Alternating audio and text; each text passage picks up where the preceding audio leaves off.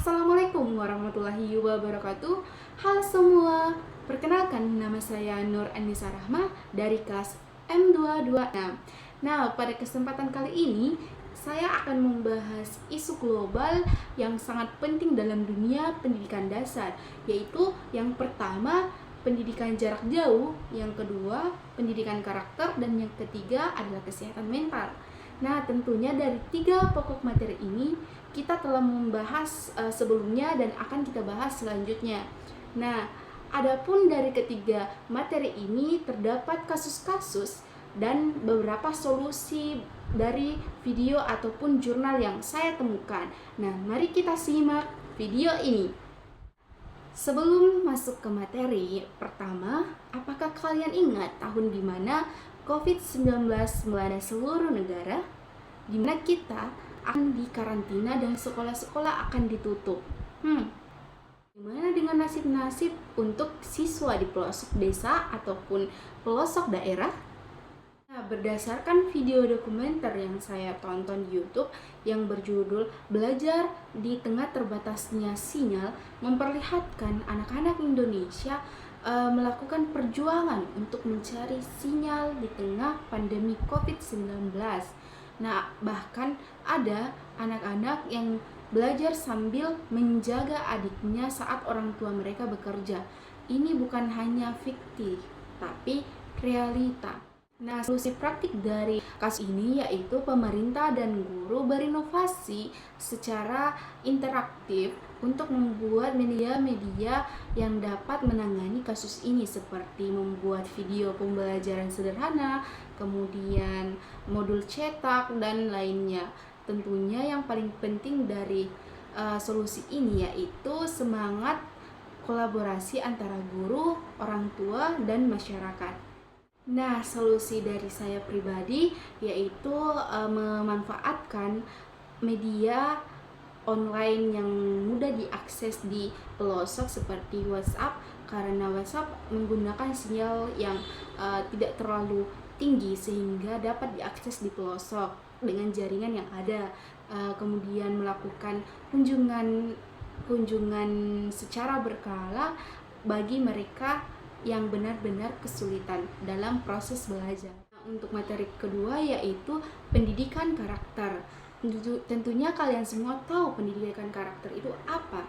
Nah, di tengah perkembangan era teknologi yang berkembang secara pesat ini, anak-anak sudah dipengaruhi oleh seperti budaya instan, media sosial, dan bahkan konten-konten yang belum tentu keasliannya, atau bahkan mereka tidak sadar bahwa pendidikan itu bukan hanya sekedar akademik, tetapi juga soal kepribadian dan akhlak, dan juga yang paling penting dan utama adalah etika. Nah, dalam salah satu jurnal yang saya baca dari Kemendikbud, di mana menjelaskan bahwa penguatan karakter dapat dimulai dari hal-hal sederhana seperti membiasakan salam, berjujur, bertanggung jawab, toleransi, serta banyak hal-hal positif lainnya. Nah, solusi praktik dari kasus ini yaitu di mana guru dapat melakukan penugasan untuk metode PBL atau Project Based Learning, di mana siswa akan diberikan tugas atau proyek untuk membuat poster, di mana isi poster tersebut adalah terkait bullying atau pencegahan bullying. Nah, tentunya melalui tugas ini anak-anak akan merasakan penguatan karakter seperti empati, kerjasama, dan yang lainnya. Solusi dari saya pribadi untuk pendidikan karakter ini, untuk kasus pendidikan karakter ini yaitu saya tentunya ingin kelas yang hangat dan nyaman untuk saya sendiri dan siswa-siswa saya sendiri.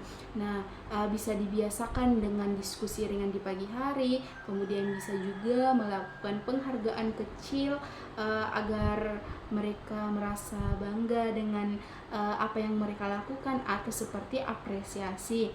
Kemudian bisa juga dengan refleksi setiap pembelajaran selesai agar anak-anak dapat merefleksi diri sendiri sehingga pendidikan karakter ini terbentuk secara alami. Untuk topik yang ketiga ini atau yang terakhir yaitu kesehatan mental bagi anak-anak atau siswa.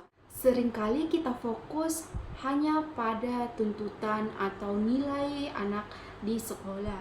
Bahkan kita tidak memikirkan apakah dampak tersebut dapat membuat anak kita stres atau siswa-siswa menjadi lamban dalam belajar. Tentunya banyak faktor yang dapat membuat anak-anak itu mengalami kesehatan mental seperti bullying atau tekanan dari orang tua, kemudian tuntutan dari keluarga, dan lain sebagainya. Nah, dalam sebuah video cara guru di aplikasi Ruang Guru itu dimana disampaikan bahwa cenderung anak-anak itu mengalami gejala seperti murung dalam kelas, mengasingkan diri, kemudian tidak berniat untuk belajar, dan bahkan tidak mau masuk kelas. Solusi dari kasus ini yaitu dapat dilakukan program hari cerita agar siswa atau anak-anak dapat melakukan cerita untuk tentang perasaannya atau apa yang sedang dirasakan. Adapun juga solusi lainnya itu mindfulness for kids, di mana dilakukan relaksasi sebelum pembelajaran, semacam relaksasi ringan begitu. Kalau solusi dari saya pribadi yaitu dengan melakukan hal-hal sederhana seperti menanyakan kabar mereka di pagi hari sehingga mereka dapat merasa diperhatikan. Kemudian dapat juga dilakukan seperti relaksasi ringan sebelum memulai pelajaran. Kemudian saya juga akan bekerja sama dengan wali murid agar suasana belajar dapat dikondisikan dan dapat membuat anak-anak nyaman dalam belajar. Nah, dari ketiga topik yang telah kita bahas dan kalian simak dengan baik, tentunya dapat disimpulkan bahwa guru SD itu bukan hanya sekedar mengajar di dalam kelas saja, tetapi guru SD merupakan penggerak perubahan, kemudian pembentuk karakter, serta pendamping jiwa anak-anak. Nah, tentunya mari kita mulai dari hal-hal kecil hingga membuat anak-anak menjadi luar biasa. Nah, tidak terasa kita telah sampai di penghujung video. Nah, saya Nur Anissa Rahma pamit undur diri. Wassalamualaikum warahmatullahi wabarakatuh.